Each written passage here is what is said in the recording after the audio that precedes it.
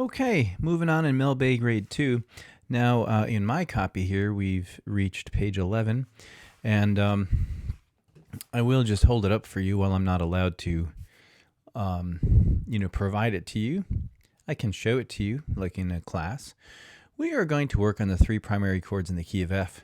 The three primary chords in the key of F are F, B flat, and C7. Often in folk music, country, and pop, that's going to actually be F, B flat, and C.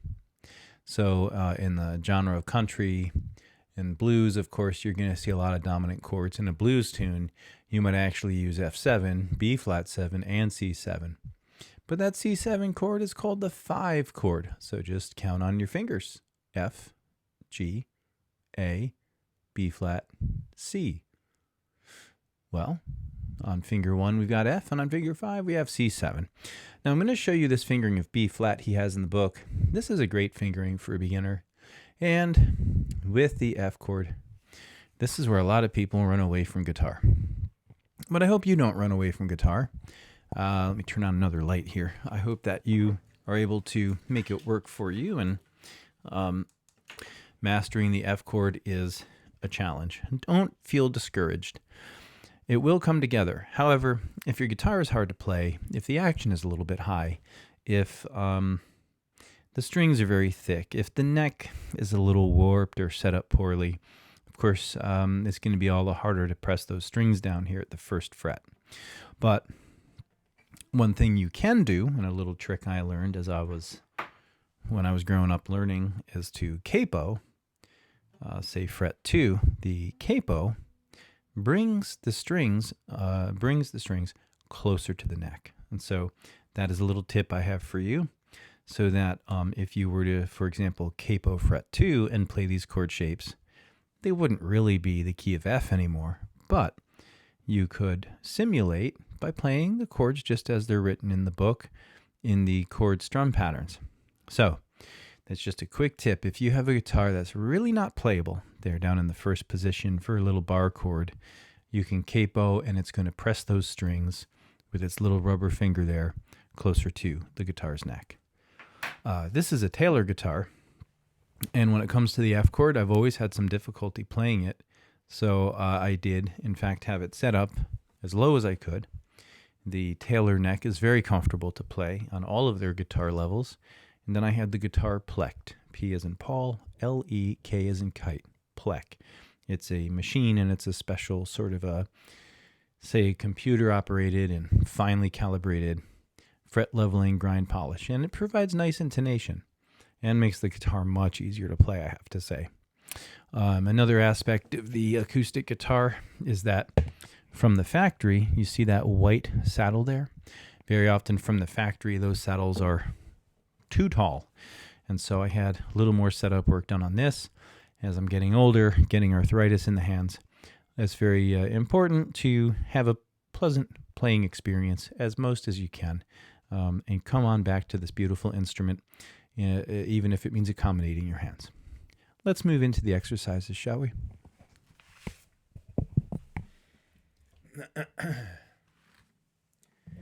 All right, so for the first chord at the top of the page, page 11, you see the F chord composed of the notes F, A, C, F. Pretty easy, right? F, A, C, F. Fac. It's almost spelling the word face. F, A, C, F. Next, we're going to have a B flat chord that is not a bar chord, thankfully, at this point. And you're going to see some common notes with the F chord. We've got an F, which is common to the F chord, a B flat, which is common to B flat and the C7, D, which is particular to the B flat in this case, and F. String 4 fret 3, string 3 fret 3, string 2 fret 3, and string 1 fret 1. And finally, let's play the C7 chord.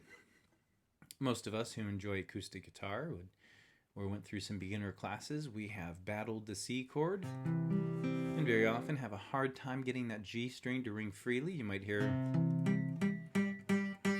sound familiar? We've all been there, right? So what we're going to do is put that pinky finger, your fourth finger down on string 3 fret 3. Back to F. Let's strum each chord one time, okay? So F, 2, 3, and switch B flat, 2, 3, and switch C7, 2, 3, and switch to F. Hey, are there any shortcuts we can take? Is there anything we can do to make the chord switching easier? Well, a little bit. When we're switching from F to B flat, do we have a lift and shift? Can we lift these fingers and shift them down these fingers? No, not really. But we can lift and shift the first finger just down a one string. Now watch, okay?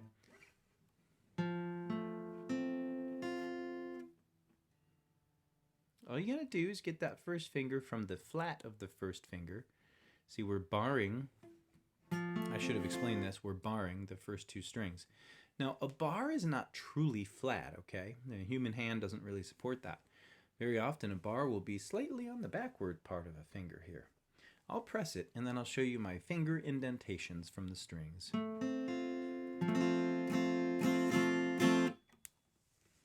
See where they are? A little bit toward the back of the side of the finger, okay? So, fingertip, fingertip, flat finger. Brain doesn't like that, but you'll get it. You'll get it. It's tough at first, I know, but you'll get it. The B flat, we drop that first finger. We shift. See? Bring that pinky in to string 2, please. And as you float that third finger to string 3, here comes, like a magnet, attracted to the other 2 fingers, the middle finger to string 4. C7, well, from B flat to C7, I think you're just going to have to just work on it. We're going to get that third finger to C, that middle finger to E, and the pinky. So practice getting into what I call the triangle, or the pyramid. 3, 2, 4, 3, 2, 4, 3, 2, 4. Lift it up, put it down, lift it up, put it down, lift it up, put it down. Keep that shape. 3, 2, 4, 3, 2, 4. Lift it up, put it down, lift it up, put it down. Get that shape ingrained in your finger DNA, okay? Let's play accompaniment style 1, all right? This is a boom, chuck, chuck, chuck. Boom on the string 4 of F, and chuck your little triad here, the ACF.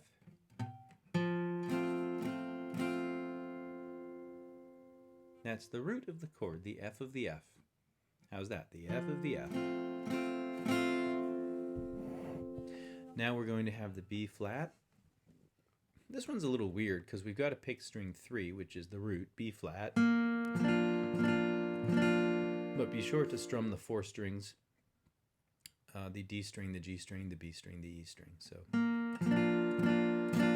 bring this guy around to C7 pyramid. Get it going. You've got the root of C on string 5. F.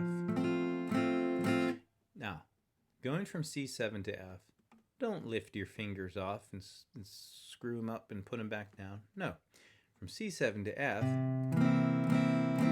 we've got a lift and shift. See? Efficiency. Build it in. Build in the lift and shift, the efficiency, okay?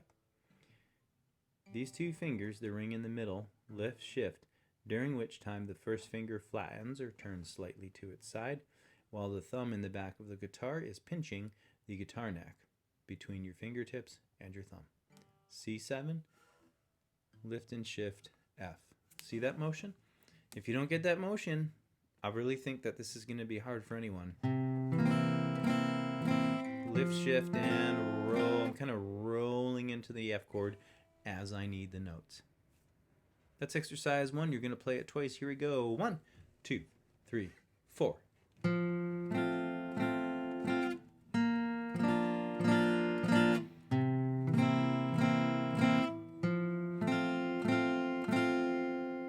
You're going to hear this kind of strumming in bluegrass and country and folk music.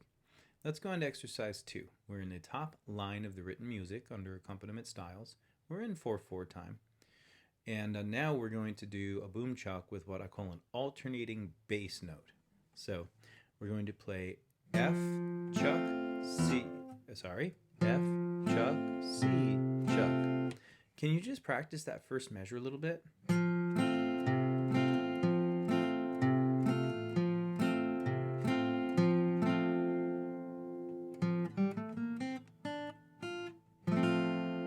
F, chuck, C, chuck, F, chuck, C, chuck, F, chuck, C, chuck, F. Get real good at that. Let's go to the B flat, shall we? You're going to play B flat, now just the triad, strings 3, 2, 1. If we played 4, 2, 1, we'd ruin what we're about to do. We'd give it away. String 4, F note, triad. So we have like this. Now, let yourself watch your right hand. I work with so many students that look off and go, I shouldn't be looking at my hands. Sure you should. Sure you should be looking at your hands, both left and right. Be sure you can get those eyes back on the page and back to your hand. But when it comes to practicing this technique and driving the muscle memory into your hands, now muscle memory doesn't exist, but when it comes to driving the repetitive motor skills and the I guess kinesiology, as it would be called, into your hands, of course you should look at your hands. Of course. So we're holding that B flat chord. You're watching your right hand go. B flat, triad, F, triad. B flat, triad, F, triad. Now, this far, if this is really new to you and it's just not going smoothly, simply take the first measure we played of the Fs and the B flat and stop short there until that feels good, and then move on to the next measure, C7. Measure 1, F. Measure 1 of this section. B flat, F. And I know it may feel like you're never going to get this. You will. Is it necessary? Well, in the world of pop, no. It is necessary to play beautiful classical pieces, of course. Spanish pieces very well. But if you're a campfire strummer going down the road of learning music through Mel Bay to become not just a guitarist, but a musician, how much in life are you going to really run into this B flat?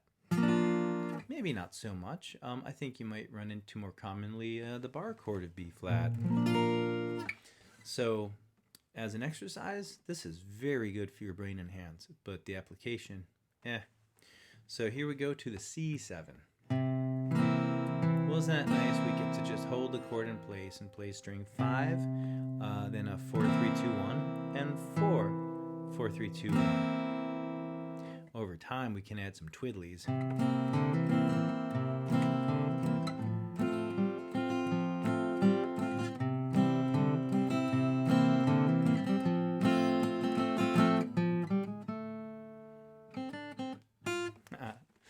Check out Happy Traum, T-R-A, T as in Tom, R-A-U, M as in Mary, if you enjoy folk and bluegrass guitar. Wonderful method books. Let's move on now. Can I play that for you straight, okay? We're looking at the second half of line 1.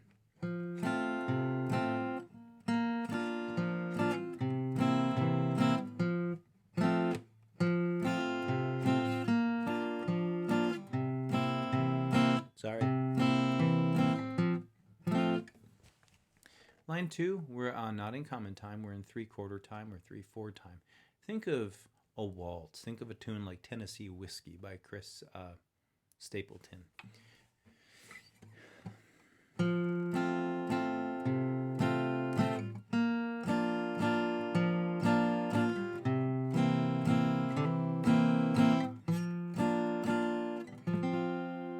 made a mistake in the end. Let's play it straight. My apologies. 2, 3.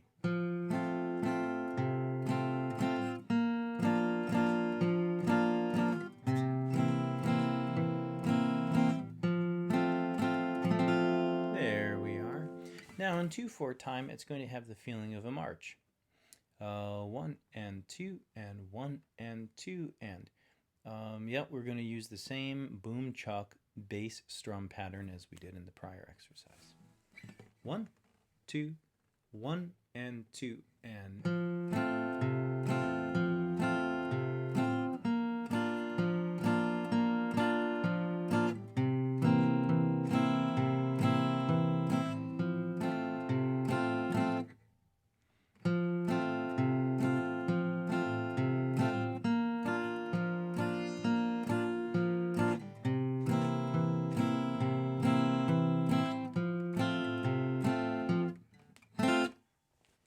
here you have your accompaniment styles in the key of F.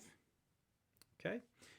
Enjoy, have fun, and remember, you can check out my Mel Bay Grade 2 video of the entire book played back to back with timestamps in the description. And so you don't have to hear all this babbling on. You've had your lesson in the chords in the key of F. Post any questions you may have down in the comments, and I would be most happy to respond to them. Take care now.